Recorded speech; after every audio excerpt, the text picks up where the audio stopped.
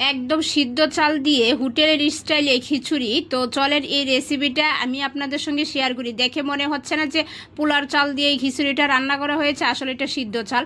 তো আমি 2 পট চাল নিয়েছি, নেওয়ার পরে এখন ভালো করে বেজে নিচ্ছি। তো চালটা একটু সময় নিয়ে একটু লাল লাল করে ভাজতে হবে, কিন্তু খুব বেশি ভাজা যাবে না। তো আমারটা ভাজা হয়ে গেছে, দেখেন আমি এখানে পানি দিয়ে দিচ্ছি। আমি 5 মিনিটের মতো চালটা বেজেছি অল্প জালে, বেজে এখন পানি দিয়ে ভিজিয়ে রাখবো। এখানে আমি মুগ ডাল নিয়েছি 50 গ্রাম। তো নেওয়ার পরে এখন মুগ ডালটা আমি ভালো করে বেজে নিচ্ছি একটু লাল লাল করে। তো দেখেন আমারটা ভাজা হয়ে গেছে, এখন আমি এটা তুলে পানি দিয়ে ভিজিয়ে রাখছি। মুসুরি ডালটাও আমি বেজে নিব, সেম 50 গ্রাম নিয়েছি। তো এটাও আমি বেজে নিচ্ছি একটু লাল লাল করে। তো ভাজা হয়ে গেছে, এটাকে আমি তুলে পানি দিয়ে ভিজিয়ে রাখবো। তো দেখেন আমি পানি দিয়ে তিনটাই ভিজিয়ে রাখলাম। এখন আমি একটা পাতিল নিয়েছি, তো এখানে আমি তেল দিয়ে দিয়েছি আর দিয়ে দিচ্ছি পেঁয়াজ, দিয়ে একটু নাড়াচাড়া করে নিচ্ছি। আমি এখানে লং দিয়েছি আর এলাচি দিয়েছি, আপনারা যতটুকু গ্রান খেতে চান। আমি এখানে 5টা এলাচি দিয়েছি, দিয়ে একটু বাদামি করে বেজে নিচ্ছি। তো আমারটা বাদামি হয়ে গেছে, এখন আমি 1 চামচ মরিচ আর 1 চামচ হলুদের গুঁড়ো দিয়ে দিচ্ছি।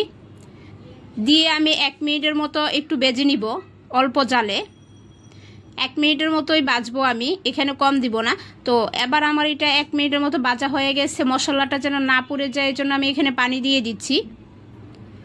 তো এখানে দিয়ে দিচ্ছি পেঁয়াজ আর দিয়ে দিচ্ছি আদা, দিচ্ছি রসুন, দিয়ে এখন ভালো করে কষিয়ে নিব পুরো মশলাটা। আমি একটু লাল লাল করে একদম কষাবেন। তো দেখেন আমারটা লাল লাল করে কষানো হয়ে গেছে। এখন যে আমি চালগুলো রেখেছিলাম সবগুলো দইয়ে হাঁড়িতে পানি জড়িয়ে এখন এগুলো আমি ভালো করে 5 মিনিটের মতো কষিয়ে নিব। তো অবশ্যই এটা 5 মিনিট অল্প জালে কষাবেন। তো কষাতে কষাতে দেখেন কতটা সুন্দর হয়েছে। আমি এখন সিদ্ধ করা পানি দিয়ে দিচ্ছি, তো দিয়ে এখন ভালো করে মাখিয়ে নিচ্ছি।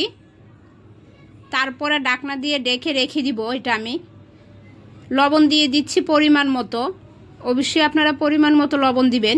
তো দিয়ে ঢাকনা দিয়ে ঢেকে 3 মিনিটের জন্য রেখে দিচ্ছি। তো আমি একটা তাওয়া বসিয়ে দিয়েছি, তো 3 মিনিট পরে এই তাওয়াটার উপরে আমি রেখে দিলাম। এখন দেখেন যে পানিটা ঝরে গেছে পোলাও ভাতের মতো। তো আমি একটু উল্টিয়ে পাল্টিয়ে দিচ্ছি,